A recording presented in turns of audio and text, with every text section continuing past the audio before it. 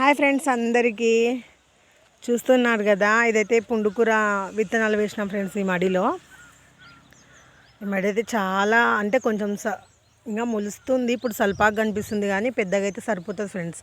ఇంకా చిన్నగా కూడా మొలకెత్తేటివి ఉన్నాయన్నమాట. ఇంకా చిన్న మొలకెత్తుతున్నాయి.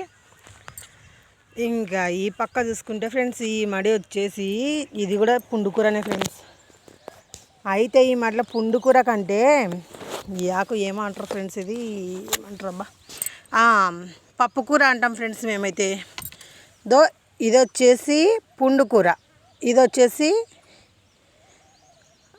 పప్పుకూర. ఇది చాలా అంటే చాలా మొలిచింది ఫ్రెండ్స్. దీన్ని మొత్తం బీకాలే. ఆ పక్కన వచ్చేసి చుక్కకూర ఫ్రెండ్స్.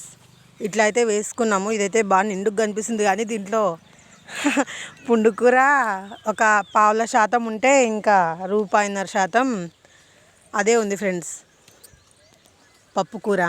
ఓకేనా, బాయ్. ప్లీజ్ ఫ్రెండ్స్, నచ్చితే లైక్ చేయండి, షేర్ చేయండి, కామెంట్ చేయండి. బాయ్.